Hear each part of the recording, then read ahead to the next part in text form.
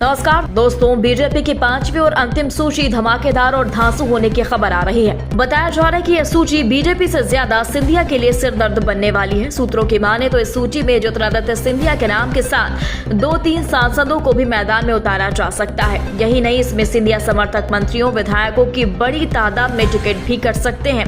खबर तो यह भी आई है कि बीजेपी के मौजूदा 25 से 30 विधायकों का टिकट कट सकता है। दोस्तों, 5वीं सूची में किनका पता कट सकता है?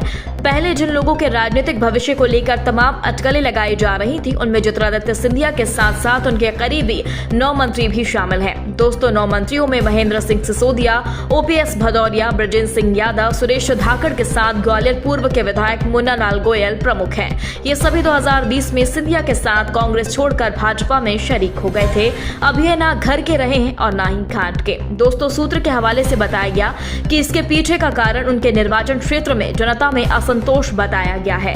सर्वे रिपोर्ट की माने तो पार्टी को लगता है कि इनमें से लगभग आधे विधायक अपनी सीटें नहीं बचा पाएंगे। सूत्रों ने बताया, नरेंद्र सिंह तोमर ज्योतिरादित्य सिंधिया के साथ कैलाश विजयवर्गीय के सीट पर सबसे बड़ा खतरा है। ऐसे में पार्टी नए चेहरों को मौका देने की बात कर रही है। दोस्तों, ज्योतिरादित्य सिंधिया को लेकर भी चर्चाएं गर्म है कि उनका नाम इस सूची में हो सकता है। साथ ही कहा जा रहा है कि सिंधिया ने ग्वालियर से चुनाव न लड़ने को कह दिया है। उनके पिता के साथ भी ग्वालियर ने हार की नौबत ला दी थी, इसलिए शिवपुरी ही ठीक है। दोस्तों, आपको बता दें, ग्वालियर पूर्व में सतीश को हराने की ताकत खुद मोदी शाह के साथ शिवराज और सिंधिया में नहीं, इसलिए अजय सतीश सिकरवार के सामने सिंधिया भीगी बिल्ली बन गए हैं। क्योंकि सिंधिया लोकसभा चुनाव में अपने कार्यकर्ता से 2 लाख के लगभग वोट से हार चुके हैं। कमलनाथ की सरकार गिनाने के इनाम में वे अभी राज्यसभा सांसद और केंद्रीय मंत्री हैं और उनके पास नागरिक उड्डयन मंत्री का चार्ज है। उन्हें विधायकी का चुनाव हारने का डर सता रहा है, क्योंकि उन्होंने कभी राज्य का चुनाव लड़ा ही नहीं। हालांकि बीजेपी ने इस बार जिस तरह से मध्य प्रदेश और राजस्थान में अपने सांसदों और केंद्रीय मंत्रियों को उतारा है, उससे लगता है कि इस बार पार्टी उन्हें भी विधानसभा चुनाव में उतार सकती है। दोस्तों, हार के डर से डरे सिंधिया को लेकर चर्चाएं हैं कि उन्हें शिवपुरी से टिकट मिल सकता है। शिवपुरी से अब तक उनकी बुआ यशोधरा राजे सिंधिया चुनाव जीतती आ रही थी, लेकिन इस बार स्वास्थ्य कारणों का हवाला देते हुए उन्होंने चुनाव लड़ने से इनकार कर दिया।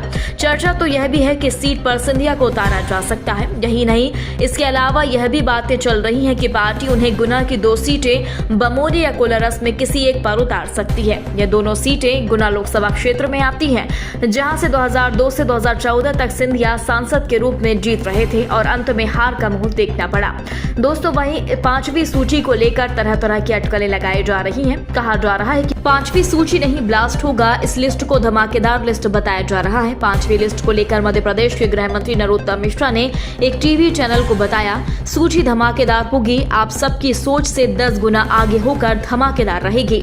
सूची जारी होने तो दीजिए, राजा रंक बनने वाले हैं, आगे धमाके ही धमाके होंगे, क्योंकि दिवाली का त्योहार आने वाला है। ऐसे में सूची विस्फोटक होगी और आतिशबाजी की उम्मीद है। दोस्तों, बीजेपी पर जिस तरह से प्रदेश के गृह मंत्री नरोत्तम मिश्रा कटाक्ष कर रहे हैं और सूची को विस्फोटक और धमाकेदार बता रहे हैं, उससे लगता है कि सिंधिया जी को लेकर पूरे भाजपा हैरान और परेशान है। वहीं सिंधिया को लेकर इस सूची में कुछ खास होने वाला है। अब क्या होगा, यह तो सूची आने के बाद ही पता चलेगा। जहाँ सिंधिया और उनके समर्थकों के साथ क्या होने वाला है, यह भी आने वाला वक्त ही बताएगा। दोस्तों, यदि आपने अभी तक हमारे चैनल को सब्सक्राइब नहीं किया तो प्लीज बेल आइकन दबाकर अभी हमारे चैनल को सब्सक्राइब करें। खबर अच्छी लगने पर लाइक शेयर करना बिल्कुल ना भूलें। अगली ताजा खबर के साथ हम जल्द आपके बीच हाजिर होंगे। तब तक के लिए नमस्कार, जय हिंद।